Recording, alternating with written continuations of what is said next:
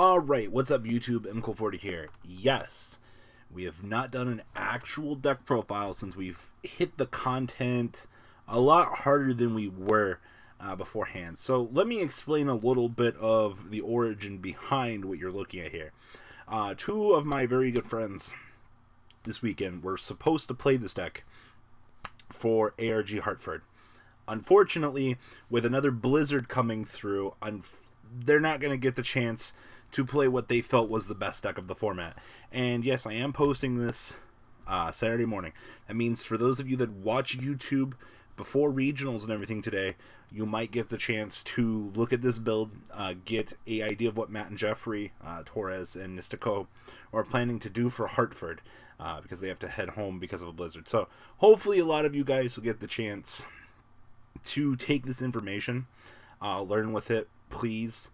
I would love to see a huge revolution happen out there, since my friends were some oppressed people because of the blizzard, but mainly looking forward to seeing the huge revolution that comes with this deck. Like I said, they felt that this build was the most optimal build of the format. Obviously, Kirin and things like that have not been hit in our format, so keep that in mind as I'm going through here and explaining some of their card choices. But once again, this is what Matt Nistico and Jeffrey Torres have been working on. If you guys remember, Jeffrey and Matt are famous for Klee Stun, or the Klee Storm variant that was going around quite some time ago. Man, it's been quite the format for a long time since they've done anything, and they were hoping to add another top to their belt. But, you know, at the beginning of the format and things like this, people like to see deck ideas. So, we'll see where this goes.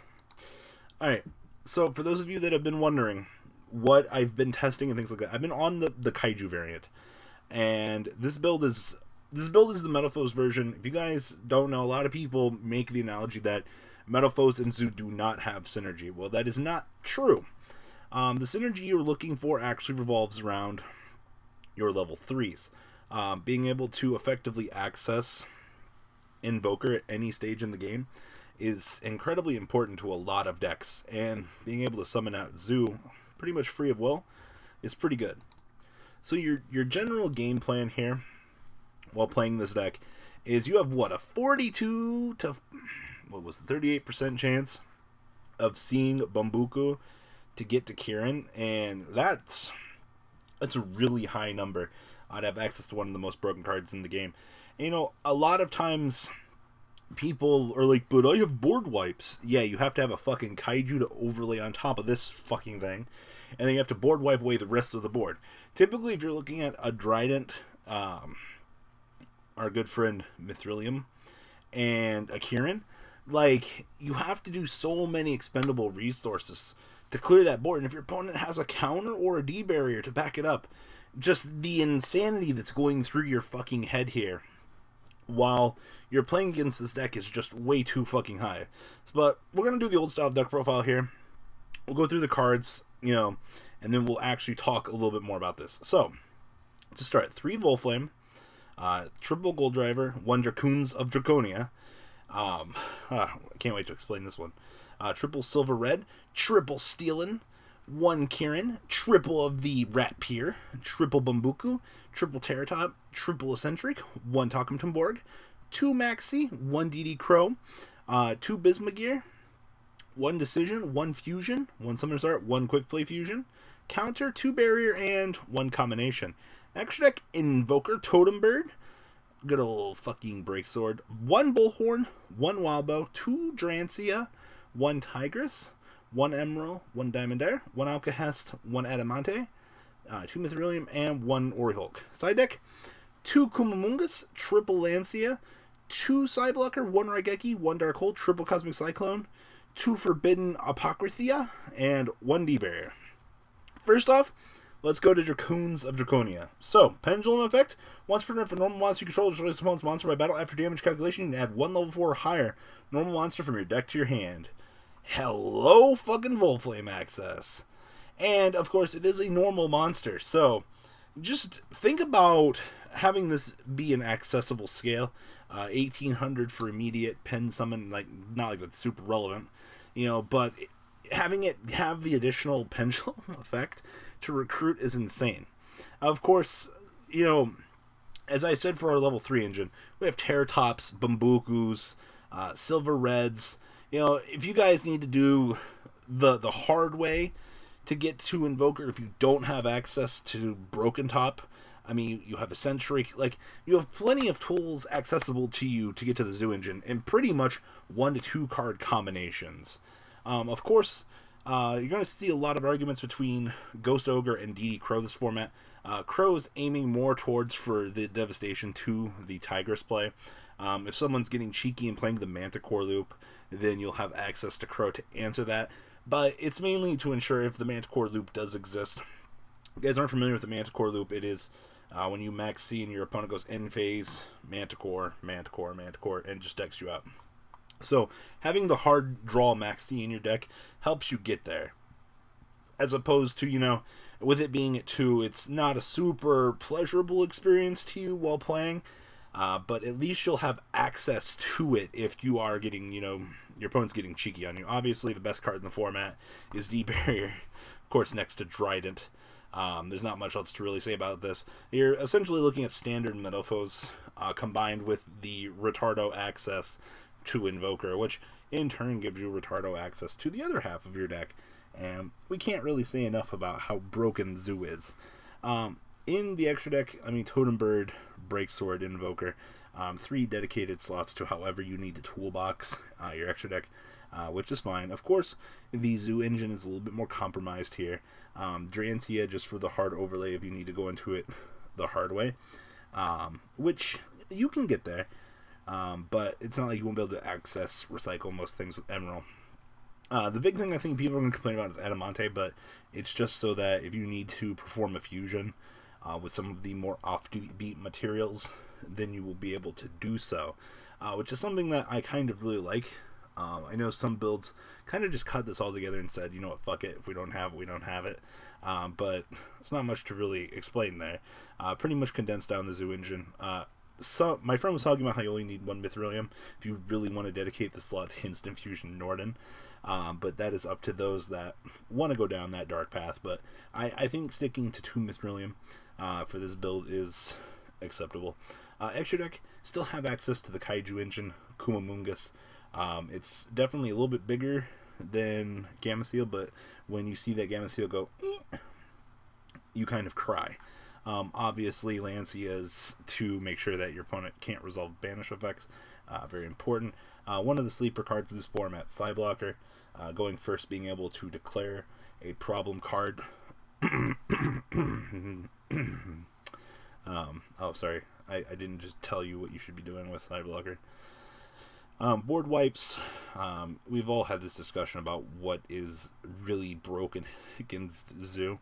And board wipes are pretty much the MVP. If you guys saw Simo's little introduction video, I'm not going to give you like the whole rundown on how to beat Zoo. I might make a more in-depth video to it, but board wipes, D-Barrier, DD Crow, Max C.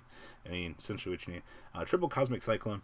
This card's going to really be a big MVP of this format. I'm actually really looking forward to seeing how this stacks up. You know, like, this thing tripled in price, essentially. Well, it actually didn't triple. It went up like 1/3, so it went to like 25, 30. And they were what? 16, 17? I don't know. But being able to still remove a Metalfoe's fusion, you know, answer your opponent's Tenki, you know, remove your opponent's fucking barrage from the game, end phase, use it as you need to. This card is such a powerful resource. You know, going from a game to where you wanted to destroy your back row to effectively just making sure that you're removing the resource from the game. And I think that's something that a lot of people are going to discount going into this format. You know, when I do more deck profiles, I'm not going to go super in-depth with Cosmic Cyclone, because after like doing it for the 30th time, I'm going to want to smack myself, be like, oh, why are we using this card over MST again? Oh, because it removes. You don't really give a shit about 1,000 life. 2 Forbidden Apocalypse. So this card is actually, like, it's from Bosch, so there's no reason why this card's not going to start seeing play. But declare 1 extra deck monster card type, fusion, synchro, or Xyz. If 2 or more monsters of the declared type are on the field, make each player send all monsters of that type from their field to the graveyard. Ah, man, I can't wait to see this card get an attempted buyout, because it is so old. I don't think it's going to happen, but you're looking at one of the more techy choices of next format. I definitely see where they're going with this, and if you haven't gotten a set of these for side decking, I would probably grab them. Definitely looking forward to seeing how this turns out. And then, of course, one dimension barrier. Just one more on the side. You guys noticed the Utopia package has pretty much been long scrapped. Some decks are going to play it this format, others aren't. And I think that's going to be a big advantage point to a lot of decks this format is, you know, there might be some situations where you need Utopia, but most decks will have cut it. And I think with a deck where you're packing so much in for 3 potential engines, when I say 3, you have your Ring 3 engine, your entire engine that's supported for Zoo, though this is kind of supportive of it, then your Metalfoe engine dedication in here. You have a lot of things that you need to be aware of while playing the game, and you need to manage your resources appropriately. And I think only really great players are going to play this build correctly. And I've heard a lot of people say that they like the Kaiju variant over this. It's none of my business, but being able to generate like plus 10s every turn, like some of these hands, okay. I feel like any hand where I see that with a normal summon of that, it's good. Shuffle. Oh look, Bumbuku gets me Kirin. Oh my god. Oh, Terror Top. Get Invoker. Get my Zoo engine. Okay. This hand's not super spicy, but you know, you can make it work, especially if you go second. Like, if this is a second hand. This is Jeebs. Like, that's pretty good. Alright, well, we already had our discussion. Oh my god. I mean, it's not super good, but Kirin, you know, you can be able to do something with the Bismugear. It's fine. You can get your Volflame, Babuku. Yugioh is... like, this is the nuts. Like, I don't really care. I hard drew that. I mean, we have this to start the Zoo engine with this to back it up, and then Maxi for draw power. Terror Top I really don't give a fuck about. You know, Terror Top into what's it called, Invoker. You have this for disruption. You have this to do what you need to do. It's definitely... hello, Terror Top. You know, hello, Terror Top. Any hand where... hello, Terror Top. Any hand where you see Terror Top, it's literally like, alright, well, normal summon the Bumbuku, pendulum summon out the Momarat. Like, I guess we'll just win now. So, but yeah, guys, I'm actually very sad that Jeffrey Torres and Matt Nisco did not get the chance to play this weekend. I know them and Sebastian Huss have been working really hard on this deck. They went ahead and gave me permission to get this up for you guys. That way you guys could get a chance to look at what they were thinking about doing for Hartford. So guys, please leave a comment down below. Tell me what you guys think. Obviously, I've been playtesting a lot more of this format. I don't know how much meta talk we're going to get into because a lot of channels seem to oversaturate the fuck out of that. But Zoo's still fresh, so people aren't going to stab me for talking about it. So, alright guys, tell me what you guys think. And, well, geez. Alright, MCool40 out. That's not all, folks. Please subscribe if you enjoyed this video. Please check out my Cardfight Vanguard channel, VanCole40. You guys will get an insight on our playtesting sessions. And please check out the Zoodiac Duelist TV Twitch stream. That way you guys can follow the House of Champions and MCool40 interactions. Please check out MCool Games for all of your guys' trading card game needs. And if you guys enjoyed this content, please check out my Patreon in the description. Every bit helps to the creation of these videos. One step at a time in improvement, and that's the goal of this channel. Alright guys, have a good time, and thanks for watching.